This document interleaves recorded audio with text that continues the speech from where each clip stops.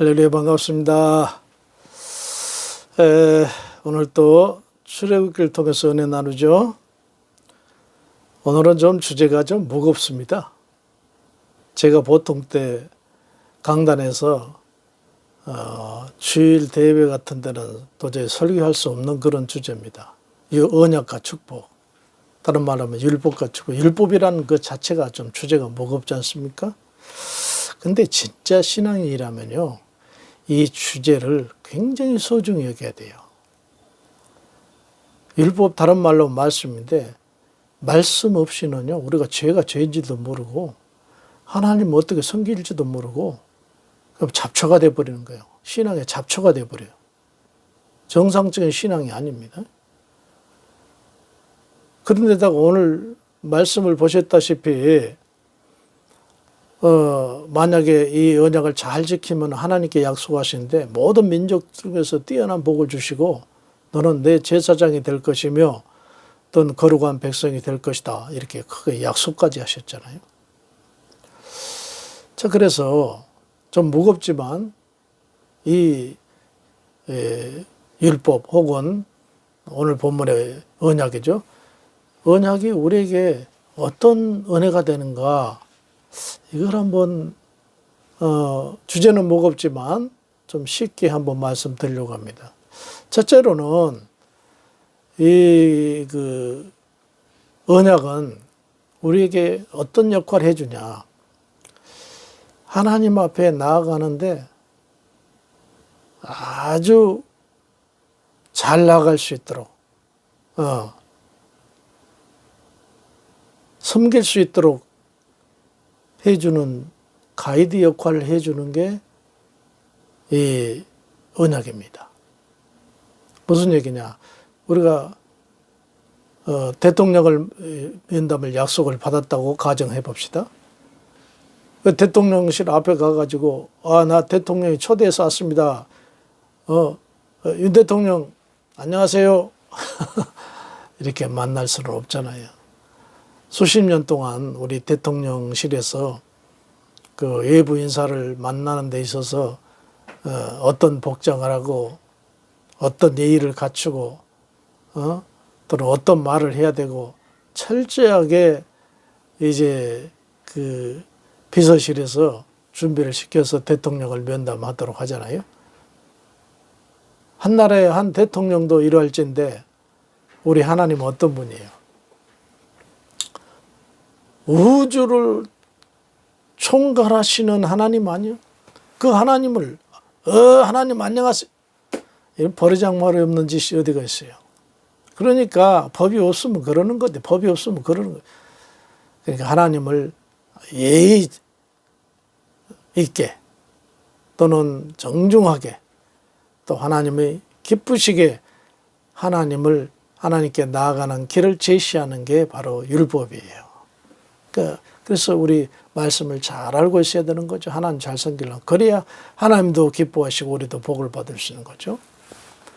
두 번째는 뭐냐? 십계명에 잘 나와 있어요.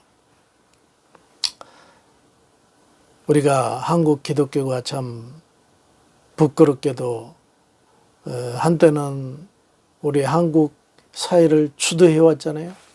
독립운동도 우리 기독교가 주도해 왔고 또 우리 독재정권 때 기독교가 주도해 왔고 지금도 많은 우리가 드러내지 않았지만은 구제사역 한국교회가 많이 역할을 합니다. 그런데도 불구하고 몇몇 좀 뭐라 그럴까요? 덕스럽지 못한 경우가 그런 것들만 드러나죠. 그래서 한국교회가 욕을 먹고 참 안타까움에 처해 있습니다.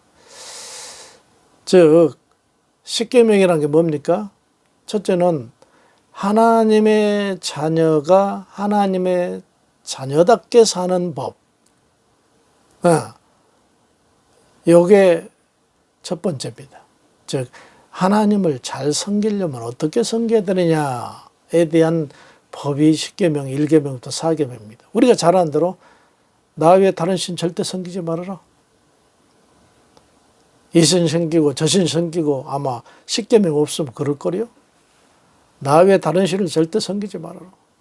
두 번째, 하나님 안 보인다고 막 우상을 만들어 놓고 그게 절하고 그게 신인 줄 알고 아무것도 아닌데 그렇게 우상을 깎아 만들어 놓고 거기에 절하지도 말아라.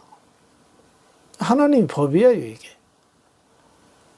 그리고 세 번째, 하나님의 이름을 함부로 망령되지 하나님의 이름을 함부로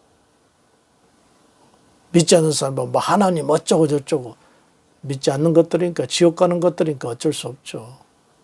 그러나 우리 믿는 사람들은 우리 하나님의 이름을 소중히 여기고 존귀히 여겨야 된다 그 말이죠. 그래서 구약 사람들은요, 우리가 그 하나님의 명칭 중에 아도나이라는 말이 명칭이 있어요. 하나님의 이름 뭐 야훼라든가 우리 신약이니까 그렇게 함부로 부르죠. 옛날에는 절대 부를 수 없는 함자였습니다.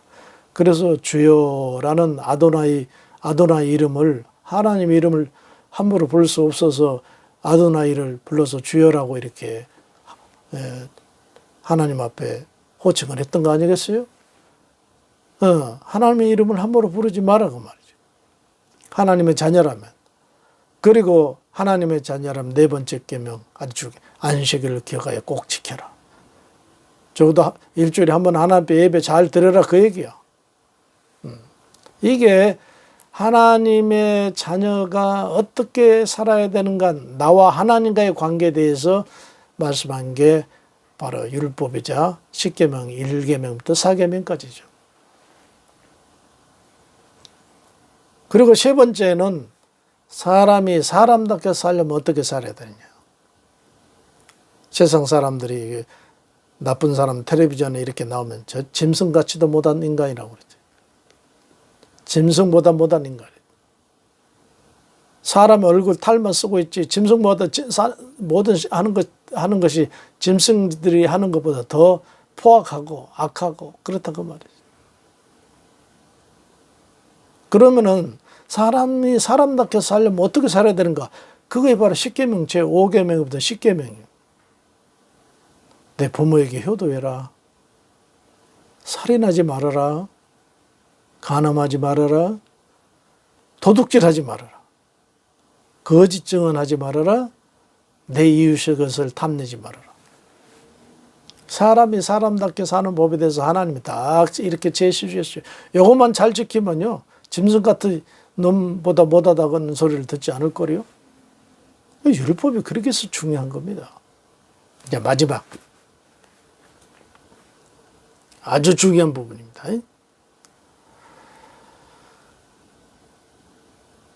율법의 가장 핵심적인 것이 뭐냐? 여러분, 제가 짧은 시간이지만 숙제 한번 내드릴게요. 이걸 지금까지 정리를 해보면은 하나님을 잘 섬기는 가이드가 율법이다. 두 번째, 하나님의 자녀로서 어떻게 살아야 되느냐. 십계명 1계명부터 4계명 말씀드렸죠. 그리고 세 번째, 사람이 사람답게 사는 방법이 뭐냐, 길이 뭐냐. 5계명부터 10계명 6가지 10계명에 기록이 되어 있죠. 이제 마지막 네 번째, 아주 중요한 부분이죠. 율법의 최고의 기능은 뭐냐? 예수님께로 안내하는 기능입니다. 예. 그러니까 율법 아래 우리가 조금 전에 말씀드린 대로 세 가지를 다 완벽하게 지켰다 할지라도 네 번째, 그 율법을 통해서, 즉 하나님 말씀을 통해서 예수님을 만나지 못했다? 왜냐하면 우리가 그 자동차 내비게이션을 틀고 일정한 어떤 장소를 찾아가지 않습니까? 그럼 요즘에 내비게이션 기능이 좋아서 정확한 장소까지 딱 안내를 해요. 그런데 처음에 저는 길눈이 어두워서 내비게이션이 나와서 이야, 정말 최고 반갑더라고요. 그래서 내비게이션 아마 나오자마자 저는 설치를 했어요. 그런데 처음에 나온 내비게이션은 안내가 엉터리였어요. 분명히 주소를 찍고 가는데도 동쪽으로 가 있는데 서쪽으로 안내도 해버리고, 아직도 오지도 않았는데 다 왔다고 종료해버리고, 야, 그런 황당한 일이 한두 번. 요즘에는 기술이 발달돼 가지고 정확하게 안내를 했잖아요. 저는 그런 것 같아요. 그 신앙생활을 하면서 하나님의 말씀을 잘 알고 자기가 오랫동안 예수를 믿고 교회를 다닌다 할지라도 그 율법의 가장 핵심적인 안내가 그 목적지가 예수님이거든요. 예수님. 즉 요한복음 20장 31절에 이렇게 얘기했어요. 오직 이것을 기록하면, 그 말씀이잖아요. 요한복음 20장 31절입니다. 오직 이것을 기록하면, 율법 또는 말씀이잖아요. 기록하는 이유는 예수께서 하나님의 아들 그리스도이심을 믿게 하려 함이라. 또